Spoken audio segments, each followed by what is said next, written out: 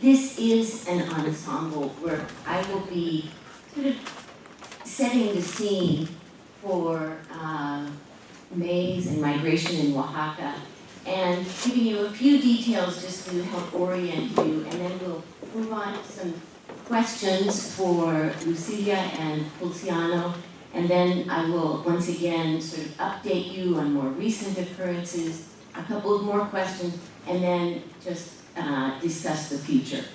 Hopefully we'll get through all those. I'll get my signs, move along. So, and also, they will be here and you can ask them questions both at the end of the session and. So this is one family story, as the title said, and we're going to look at context, response, and the future in terms of maize and migration from one family. So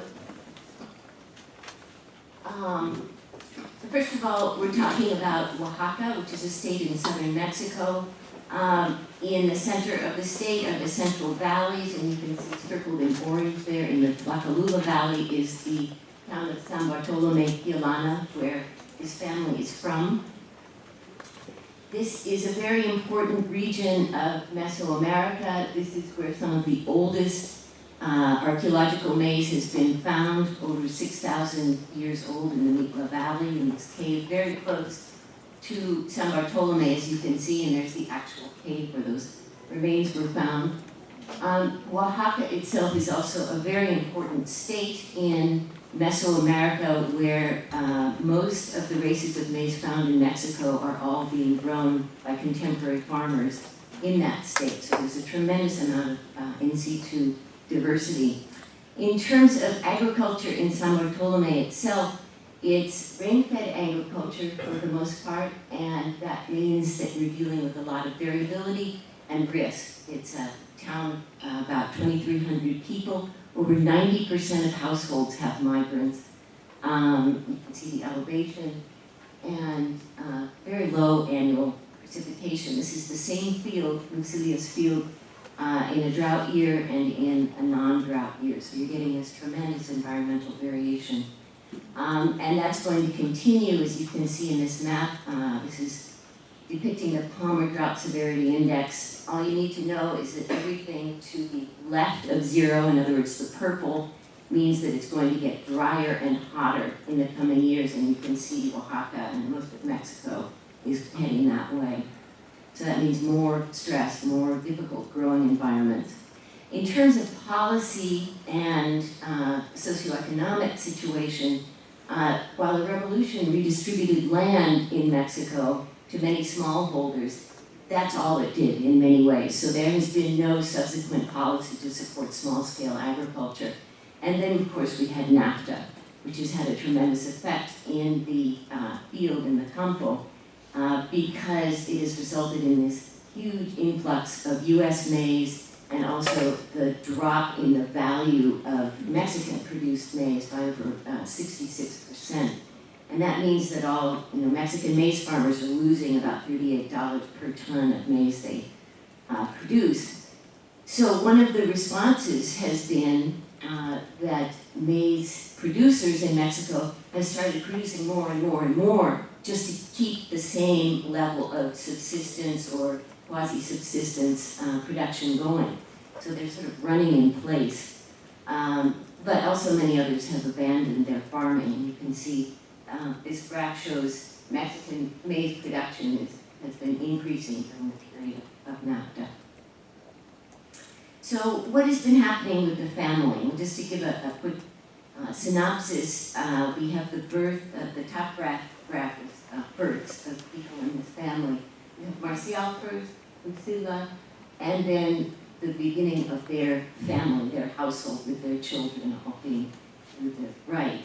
So at the time they formed a household, and they were working with their parents, especially with Marcial's. Marcial is Lucilia's husband, over here. They were well represented. At the time they started, they formed their household, they were working with his parents, his father especially, and they themselves were working a total of 11 different fields, but those fields all added up to just over 2 hectares of land. And maybe later I can show you a map showing all this version of all these little tiny fields that they were working. And there were different kinds of fields, different tenure involved, and different kinds of maize also. So I wanted to stop here just for a moment and ask a couple of questions with Carlos's help. First for Lucilia, the first question is, how many maize varieties were you growing, and which ones when you and Marcia first started farming together? Sí, ¿cuántas variedades de maíz?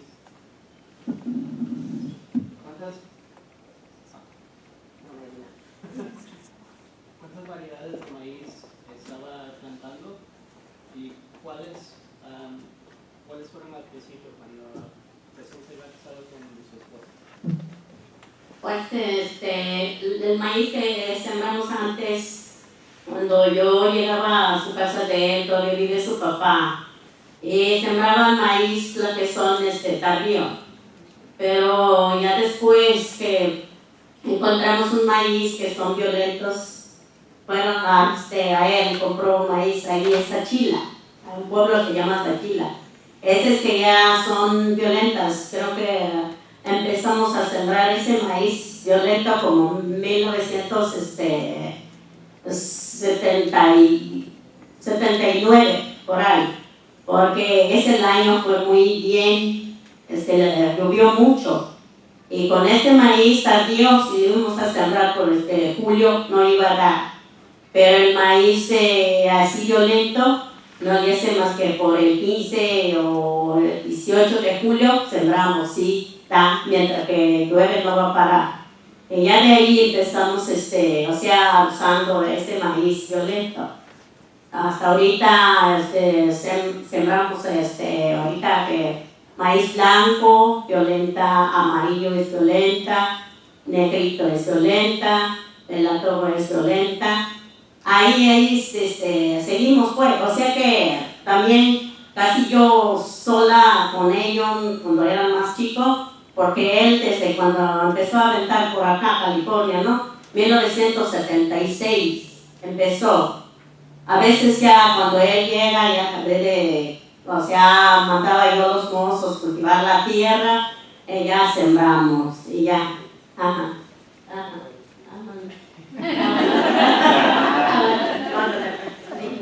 Bueno.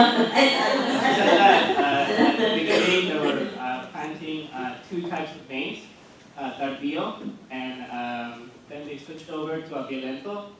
And the thing about it was that Violento means short, fast. short and fast, yes. The thing was that the tardío used to take a long time to go from seed to the actual maize, and so that was back in 1979, I believe you said, and they were still living with her husband's family at the time. And today they plant, she was mentioning, ¿cuáles son las variedades, señora? El negrito. Ajá, sí, pues ahorita, ¿Cuántas variedades tiene? ahorita, por ejemplo, el año pasado no sembraba yo negrito, no sé, ¿Cuántas? Amarillo, pelotón, negrito. pues ahorita pues negrito, ya no casi ya no, pues solamente lo que ahora son, lo que tengo ahorita, blanco y amarillo y plato. Said that today they have three main varieties: blanco, negrito, and el y el amarillo. So there's four of them. Each have their own unique characteristics, and they grow differently.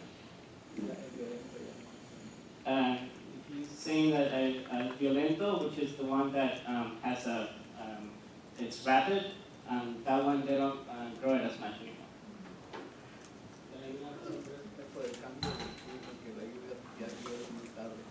He's saying that's due to changing climate, saying that the rain is coming later and later as the years come by. Otra pregunta, señora.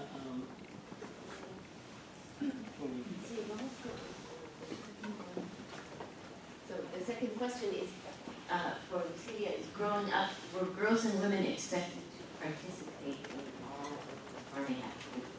Cuando usted era niña, ¿cuál era el trabajo de las mujeres? ¿Las mujeres participaban en el sembradío o no? Pues sí, ahí en nuestro pueblo así es, porque, o sea, también cuando yo era niña, pues, o sea, hay unos así que trabajan y ayudan al campo. Somos chicas. ¿Cuál fue el trabajo de usted? Pues yo la verdad, cuando yo era niña, creo que yo tengo 10 años cuando yo entraba a la escuela, pues casi ahí ya no ayudaba a mi papá mucho porque, o sea, ¿en el campo? Pues sí, en el campo, porque, o sea, que mandan uno a ver, a cuidar los borreguitos cuando éramos niñas, pues, sí. Y ya cuando cuando fui a la escuela casi ya no, pues empecé que estudié poquito ya. You said that women were expected to work since they were little, mainly just taking care of the animals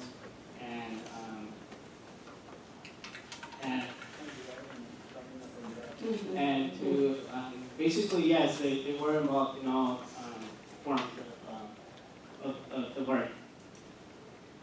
I think we're going to move on so now in terms of, we have these conditions that were occurring in this part of Oaxaca, and so the response has taken a number of forms, and a primary one has been labor migration, but labor migration is not a new thing to this region or to that community even. But it became increasingly important, for example, in 2008, which was just about the peak of migration from Mexico to the U.S.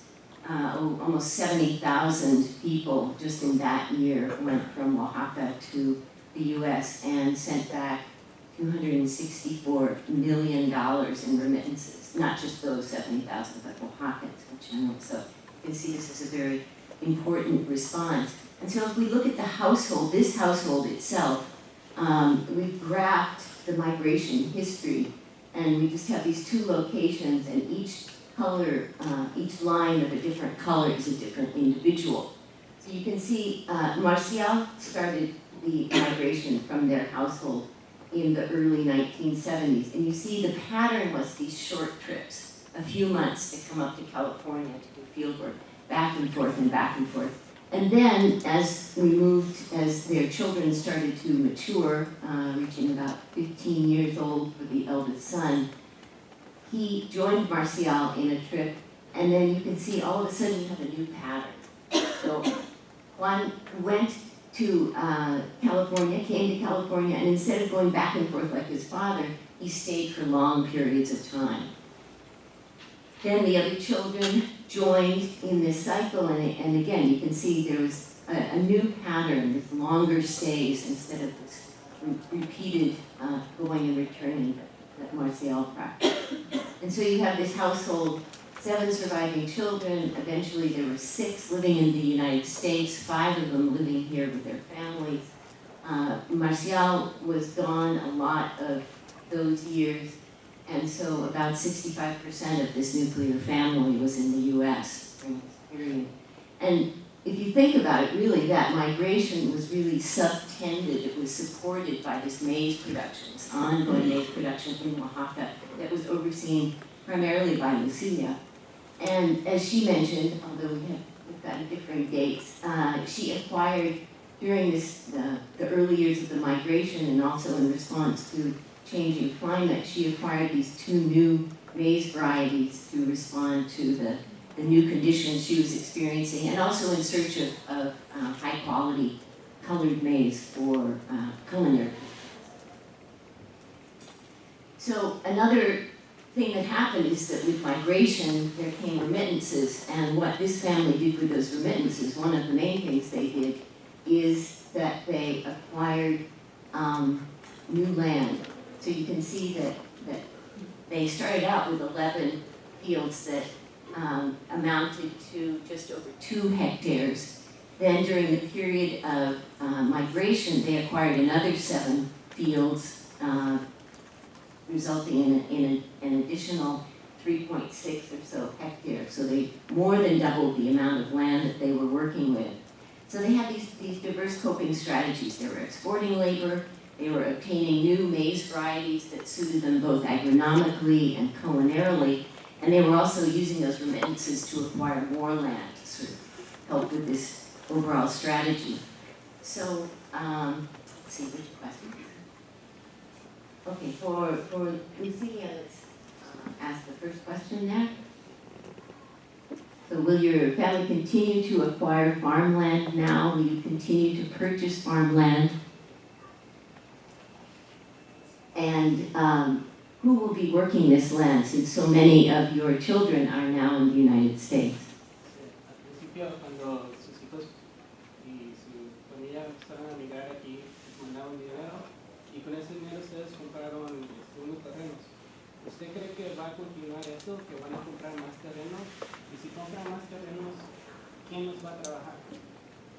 Pues yo digo, pues creo que ahorita pues casi ya casi ya no pues, porque en verdad ahora nuestros hijos, o ya que mis nietos que están creciendo acá, creo que aquí ya van a hacer su vida. Lo único, pues ya no, pues tenemos esperanza que regrese para allá, digamos, ¿no? Pero los demás, pues, no sé, como no están entendiendo el trabajo de allá, ¿no? Yo lo que pienso. ¿Y piensan vender los terrenos o los piensan? Pues, bueno, yo de mi parte no pienso vender porque son de ellos, lo que ya son de ellos, porque ellos saben que van a hacer. She said that they don't have any plans to purchase any more new fields because there's no one to work the land. She said that most of her family's here and her grandkids and some of her children, they don't know how to do the work. And that's a sad part because once the patriarch or the matriarch of the family dies, so does the knowledge. So if you don't know how to work the land, if there's no one to teach you, then it's a trade passed on, and it just can't be learned from zero. And let's ask Luciano this second question. This is from when I spoke to Luciano a number of years ago, and we did a calculation sheet of the time and the labor time it took to work these different kinds of fields that they have, the plano and the lomera.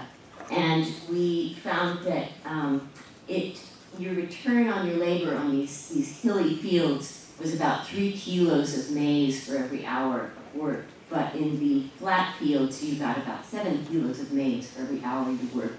So I wanted to ask Luciano, given this calculation, why do you continue to cultivate these lomera fields?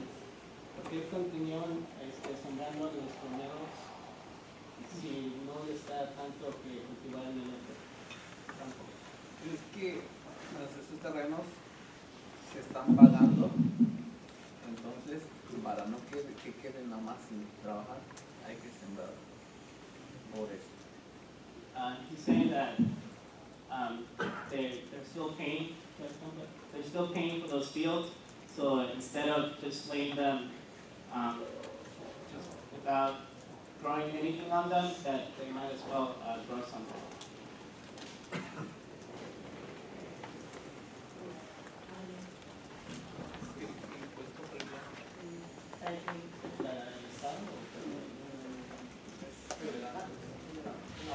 They're paying sort of taxes on it. So for whatever little they get for the growth, that's what they're using it to pay. So finally, just very, very quickly, we're seeing just in the last couple of years, migration has leveled off rapidly. In fact, the calculation is that now there is more migration of Mexican people from the U.S. to Mexico than the other direction. So this is a historic change. And so given that, and given that Lucilia and Marcial's, they have 25 grandchildren. 16 of those live in the United States, in California and Arizona. 9 live in their community. And so I just wanted to, in the minute remaining, just ask if either of them believe that any of their children or grandchildren will be maize farmers in Oaxaca in the future. ¿Se cree que alguno de sus nietos o hijos van a regresar a sembrar los campos a Oaxaca? Pues yo pienso que, o sea los hijos y los ya que van a regresar. Esos hijos cuando ya estén grandes y ya van a quedar acá y van a tener buenos hijos. Pero usted cree que sus nietos algún día van a ir y van a ser campesinos? No, creo que no, porque puede ser, van a ir de visita, nomás, van a llegar ahí, van a vivir, no, creo. She says, the answer is no. She says that she hopes that her grandchildren will get an education and they're going to live their lives here, and that if they ever go to Oaxaca, is to go visit, not to work. One last quick question, maybe for Luciano, is what does he think will happen? It's not up there. What does he think will happen with the maize that they now grow with variety in the future? Pienso que va a pasar con las variedades de maíz que van a continuar o se van a extinguir o... Yo lo voy a continuar. Yo también si tengo familia para regresar allá. Sí, yo voy a continuar eso.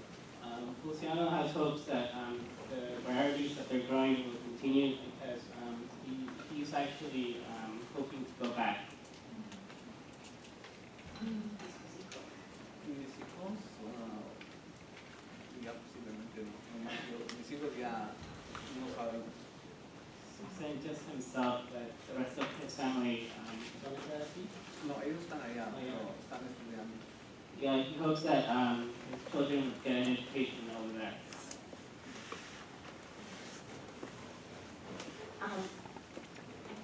We'll stop there and we can have questions later. But I just wanted to remind everyone that this is a really important human story, and it's also for everyone who's interested in heirloom seeds. This is the story of heirloom seeds. So these are seeds that people have been growing for a long time, and they change with the people and their families and their circumstances. So this is sort of one example. They've been nice enough to offer us a window on how that process plays out today in the U.S. So thank you.